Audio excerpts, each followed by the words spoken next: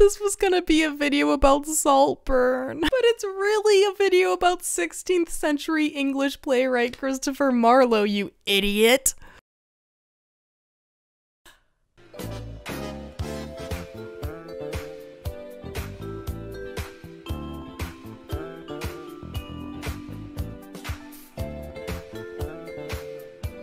And all I've got to offer is sensitivity, intelligence, and charm.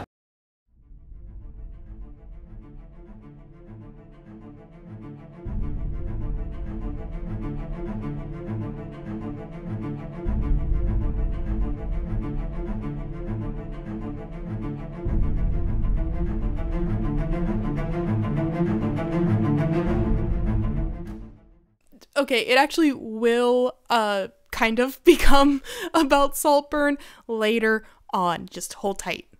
Before I dive into this history lecture, I want to credit my main source, The World of Christopher Marlowe by David Riggs. David Riggs. Okay, so what are we doing here? Back in November, I was in a production of Something Rotten.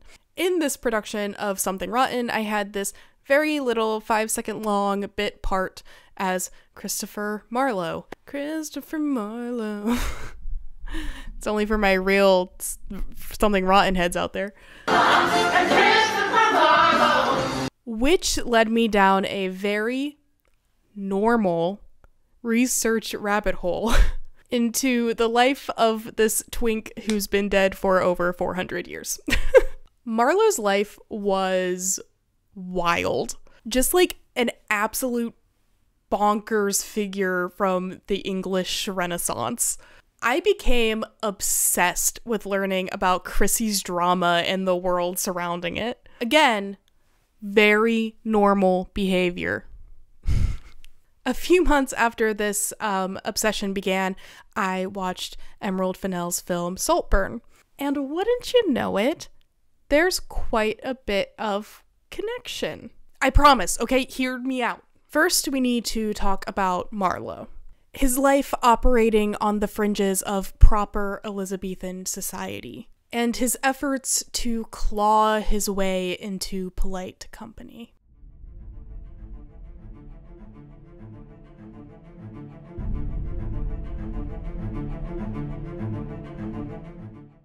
Christopher was baptized on February 26th, 1564.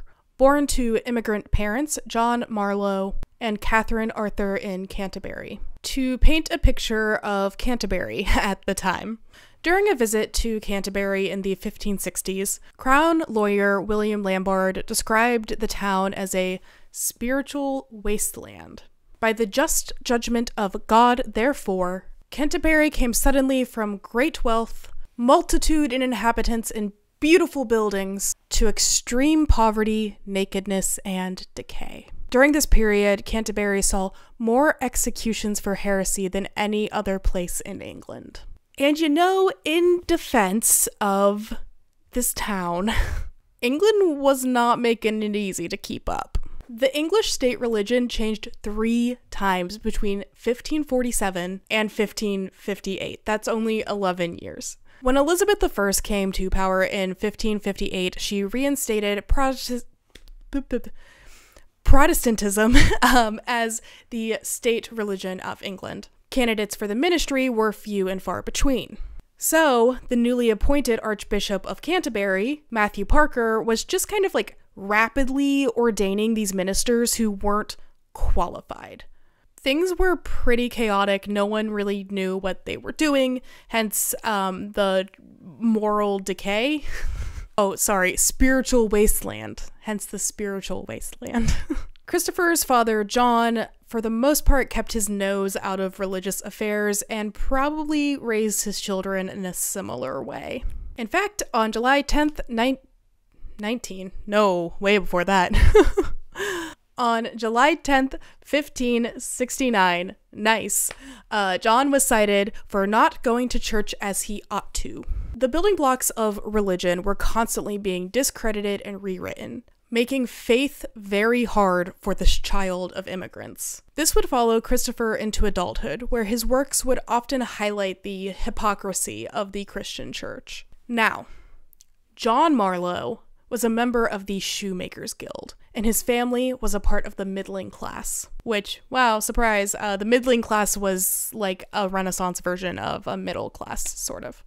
Notably, there is evidence that John was able to sign his own name, making him a rare member of the literate poor, during a time when only 1 in 10 shoemakers could sign their name. Because of this ability to read and write, John was able to start picking up entry-level clerical work in the 1570s. The Marlowes went from needy shoemakers to entrepreneurs. I'm not cut out for the world of business. Ooh, you sound like me. Well, the old me, which was, ironically, the young me. This opportunity made it clear to John how important education was to advance in the world, despite the limitations of being base-born.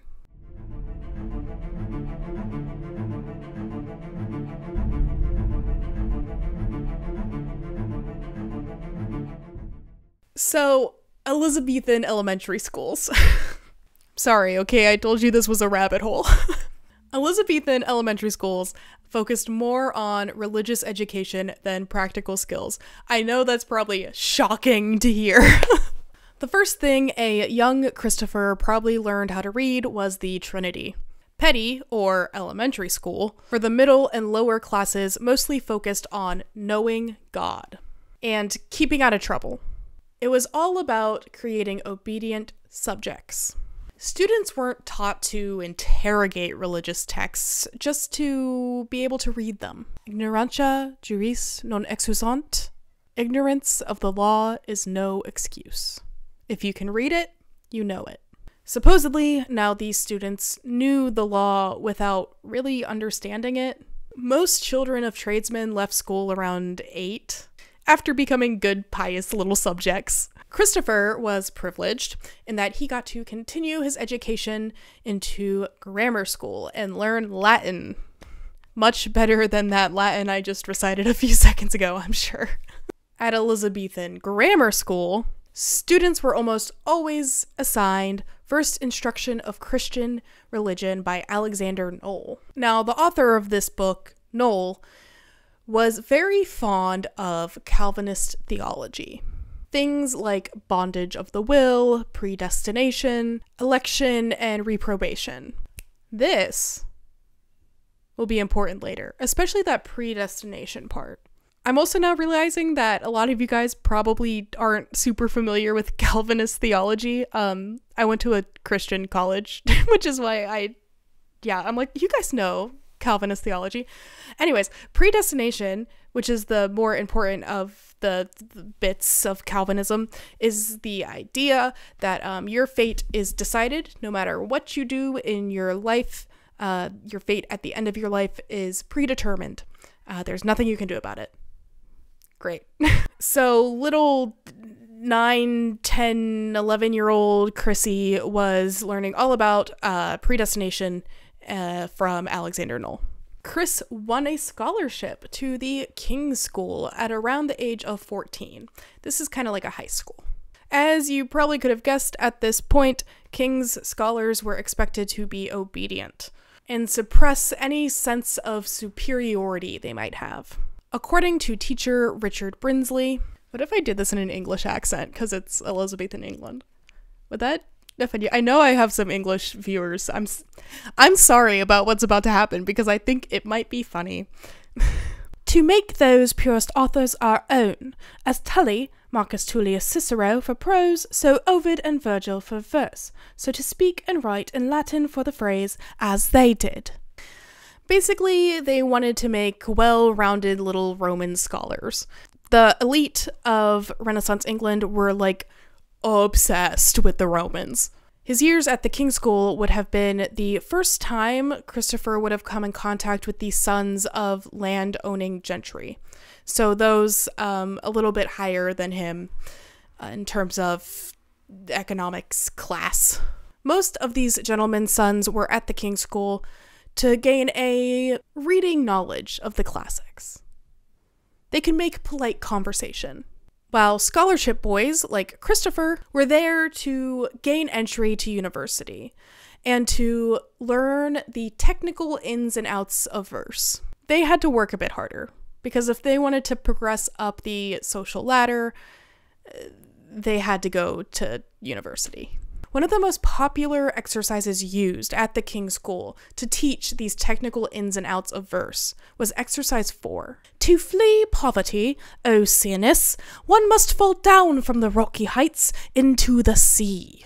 This taught Christopher that in order to flee poverty, he must renounce his origins. Students were taught oratory and poetry with the idea that the two subject matters complemented each other. However, most gentlemen's sons only completed their oratory work, while scholars had to be adept at both if they wanted to go to university. This created a kind of classist stigma surrounding poetry.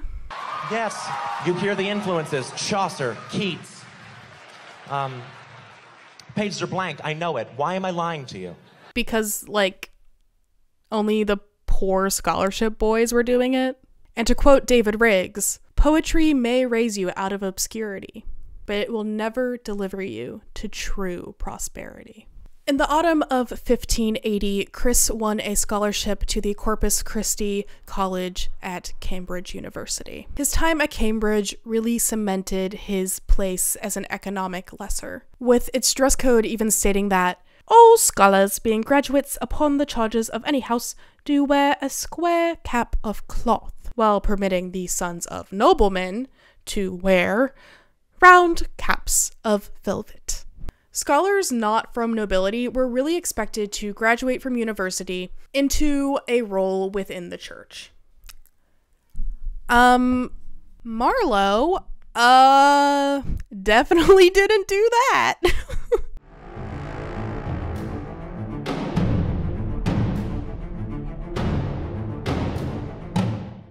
Marlowe's prospects were not only impeded by his economic class, but also by the Calvinist theology preached in Elizabethan England. Remember that Christian instruction book by Alexander Noel? Yeah, we're back to that. According to Elizabethan Calvinist teachings, all were expected to praise God, but only those predestined by God were believed to be speaking from the heart. There was no way to know if you were one of those speaking from the heart. Only God knew that.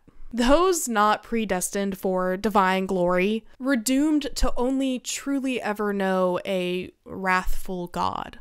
This created the perfect environment for atheism. Whoops! Atheism was able to prosper in Elizabethan England as long as these non-believers maintained an outward appearance of faith. Those on the outside of predetermined true faith could spend their entire lives performing pious deeds, worshiping at church regularly, declaring their love of Christ publicly, but they still couldn't defy their fate. They were destined for damnation. Much like Christopher's circumstances of birth excluded him from true prosperity, his religious predestination may as well have excluded him from divine mercy. Queen Elizabeth and her lords wanted outward compliance, not inward acceptance of scripture. Just like how atheists could exist in Tudor England as long as they kept quiet, so could the gays. So it was common practice for unmarried bachelors to share a bed with other unmarried bachelors. This was a practical way to save money.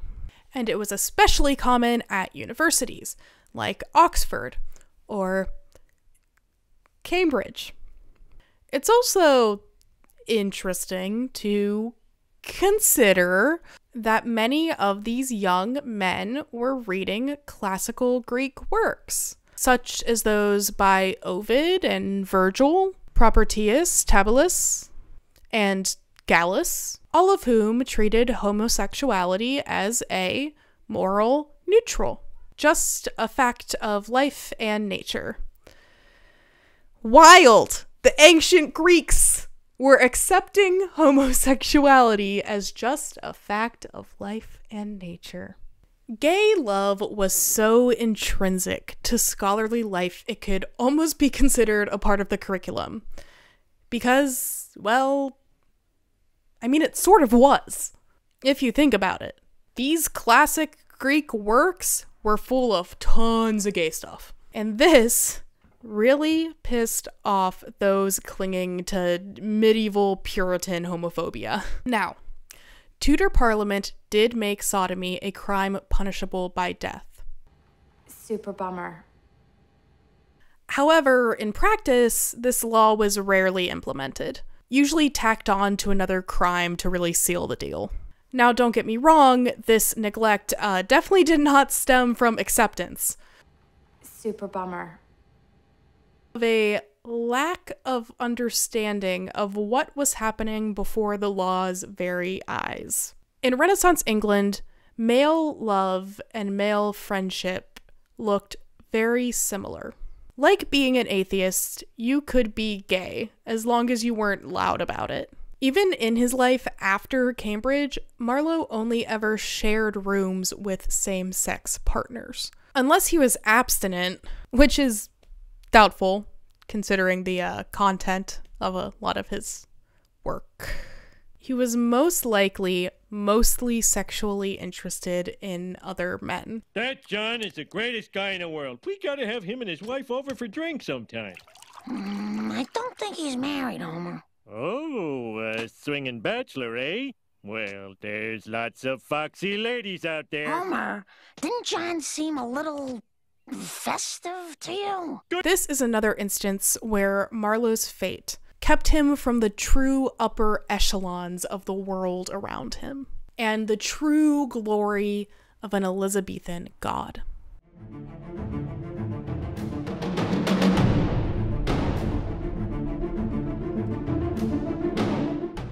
While most scholarship boys at Cambridge went on to join the church, others, like Chris, took a more dubious road to social climbing. Like many of his classmates and social equals, based on surviving documents, like those chronicling a supposed trip to Reims, an English seminary in France for exiled Catholics, Christopher likely joined the Queen's Secret Service in a war of espionage against the Catholic League. This was a common way for men from the middle and lower classes to get closer to the social elite. It was, however, very precarious. Other agents included playwright Thomas Kidd and Cambridge graduate Richard Baines, both of whom had shared a bed with Marlowe at one point or another. Wink, wink. When everyone is a double agent, it's kind of impossible to know who you can trust.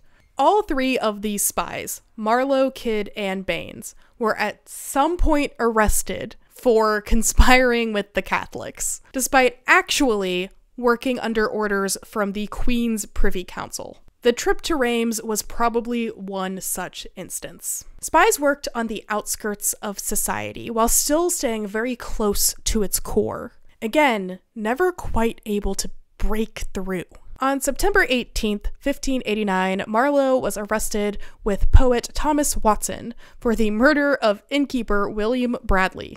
Now, whether this was premeditated work on behalf of the Secret Service or just a spat over money is up for debate. What's worth noting is that even when placed under arrest, Watson was noted as a gentleman and Marlowe a yeoman. Still can't crack it.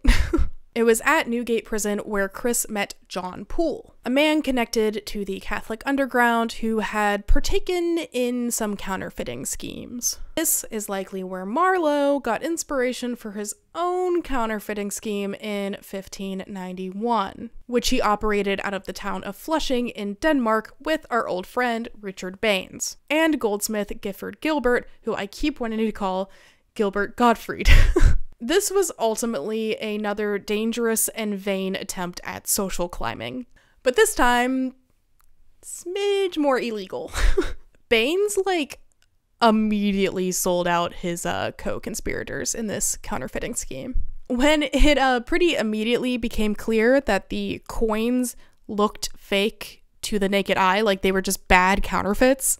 As someone who had already been to prison, Baines decided it was better to throw his friends under the bus than to face those consequences again. Once again, Marlowe's vain attempts at renouncing his origin were foiled. But let's get a little bit more legitimate, but still not super legitimate. Christopher's main source of income and his reason for fame was his success in theater, which also primarily operated on the fringes of society. Theaters were most often located outside of the city walls, and a large chunk of the social elite looked down their noses at them. After his death, Edmund Rudard remembered Marlowe,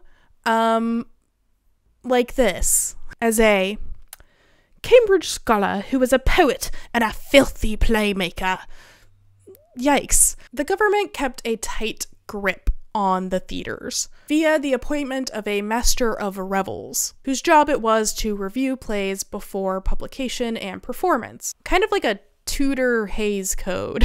The monarchy also kept their own squeaky clean touring troupe, the Queen's Men, which Riggs refers to as an example of wholesome state-sponsored fun. I want to go see a Queen's Men show.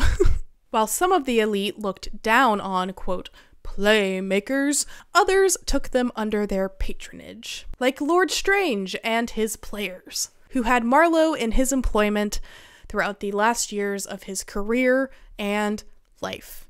Oh, that's right, this story does not have a happy ending. Super bummer. Most playwrights publish their works anonymously, to avoid public scorn. Marlowe's masterpiece, Tamburlaine the Great, was not ascribed to him until 1609, years after his death. I swear, I promise, it's like 7 pages of Christopher Marlowe. And then like, no, we'll get there. We're getting to Saltburn. I definitely am not tricking you. Aside from the general public perception of theater and playwrights as like morally dubious, stinky bastards, the content of Marlowe's plays and translations definitely wasn't helping his status as an outsider. In a society where it was best to bite your tongue in regards to atheism, homosexuality, and social climbing, Marlowe reveled in it. Edward II is an explicitly gay story which calls into question the status quo of the aristocracy, as is The Massacre at Paris. The Jew of Malta calls to attention religious hypocrisy. Dr. Faustus places a spotlight square on an overreaching scholar who forgets his proper place in polite society. It's kind of a wonder these plays got past the censors. But Marlowe's own identity as that overreaching scholar was about to hit a wall. Hard.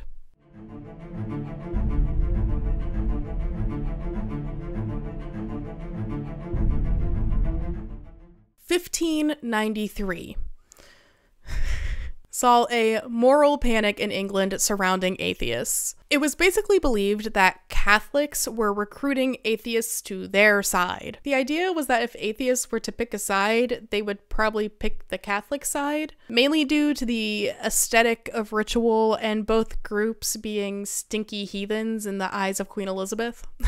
On March 26, 1593, the Queen created a royal commission to hunt down Borrowists, separatists, Catholics, counterfeiters, vagrants, and all who secretly adhere to our most capital enemy, the Bishop of Rome, or otherwise do willfully deprave, condemn, or impugn the divine service and sacraments. That last bit meant atheists. It was a bad time to be a gay counterfeiting atheist, like our boy Chris.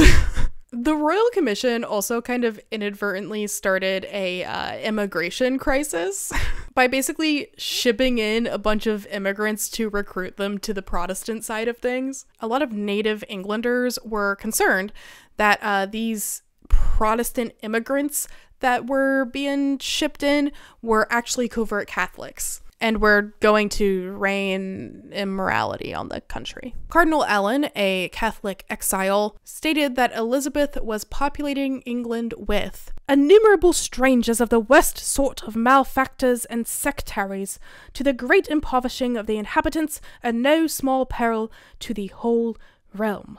Whew! Luckily, we've all grown past rhetoric like that. Right? Right? Anyway, tensions were high. On May 5th, an anonymous xenophobic vandal, calling himself Tamberlane, wrote this on the wall of a Dutch church. Your Machiavellian merchant spoils the state. Your usury doth leave us all for dead. Your artifice and craftsman works our fate, and like the Jews, you eat us up as bread. This was a direct reference to Marlowe's Jew of Malta. Later in his tirade, he wrote, Not Paris massacre so much blood did spill, so we will do just vengeance on you all. This was a reference to the massacre at Paris. This incident caught the Queen's attention, and an investigation was conducted. Unfortunately for Chrissy, the vandal was a fan. After this, a bunch of stuff involving espionage and torture happened, but this video is already way too long and we haven't even touched on Barry Cogan's Willie. Willie? Barry Cogan's Willie! The bird's eye view is that the Royal Commission arrested Christopher Marlowe's old bedmate, Thomas Kidd. Remember Thomas Kidd? He was the other Remember Thomas Kidd? He was the other playwright who was also doing espionage? And tortured him until he confessed that Marlowe had written the graffiti and was also spreading atheist literature among the Queen's inner circles. How they imagined Marlowe got into those inner circles. It's kind of his whole deal, is that he couldn't get in there, but whatever. They also questioned our old pal Richard Baines, who confessed along the same lines. Albeit with a bit more flourish in his famous Baines note. Seriously, go look up the Baines note. His accusations are wild. If any of them are true, our boy Chris was like a psychopath. Marlowe was arrested and sentenced to death. Super bummer. A few days after sentencing, he was released on bail. While released on bail, however, he was mysteriously murdered while attending a feast. And we don't even know, we're not getting into all of was it the government that murdered him? Was it this another spat about money? Was it about manners? There's like a million different theories out there about who, why, where Christopher Marlowe was murdered. No, you don't want that. Marlowe's death was a clear warning to other base-born scholars who might dare to overreach their station. Stay in your lane.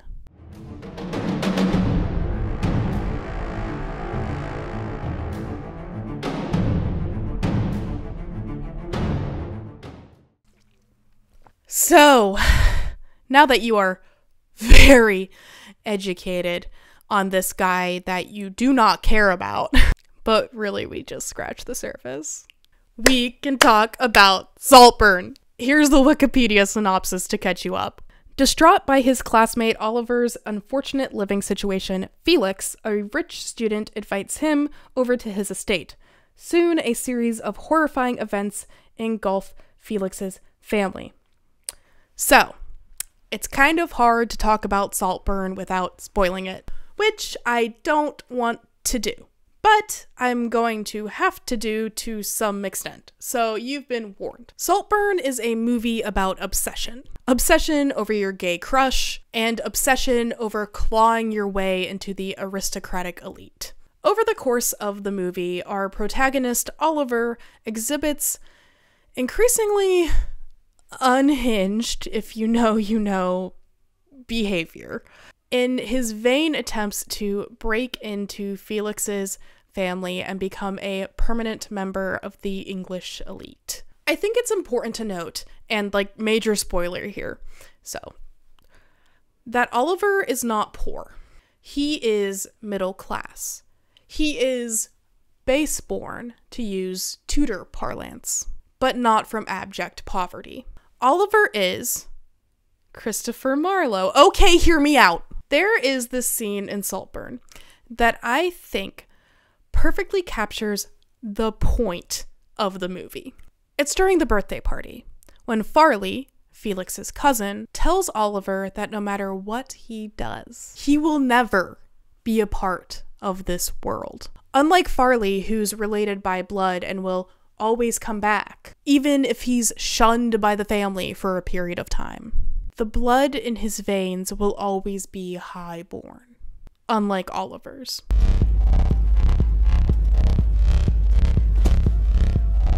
Hello, Farley. How did you know it was me? Signet ring. God, you really do notice everything, don't you? An anecdote you'll bore your fat kids with at Christmas. And jump on hay bale, golden, big boy summer. You'll cling on to it and comb over it, and you'll wonder how you could ever get it back. Despite everything he could try, Oliver could never truly belong. He will always be an outsider. The middle class can never truly be at the level of the aristocratic elite. His obsession will amount to nothing. Both figures are base-born scholarship men. Oliver is attending Oxford on a scholarship, who are both desperately trying to claw their way into the social elite. Both have gay lovers who ultimately become roadblocks to their plans. Oliver's Felix and Marlowe's Kid. Okay, we don't actually know for sure if Marlowe and Kid were a thing, but like it's pretty likely. Both engage in morally dubious behaviors to climb that social ladder. Although I think it's safe to say that Oliver is definitely the worser of the two. In the end, again, Saltburn spoilers, both men don't get what they want. But, I hear you typing. Shh. Oliver gets his estate and his money. True. But he loses his love. He loses Felix. And I think on a personal human level, that destroys him. Marlowe's life and death was a warning to overreaching scholars to know their place. Oliver's ending was a warning to the viewer that to break into the world of the elite, if you believe he did achieve that in the end, remember Farley's still out there, you must kill a piece of yourself. You have to ask yourself, after observing two versions of the same story told over 400 years apart, is this pursuit towards the empty promise that you might make it into the 1% worth it?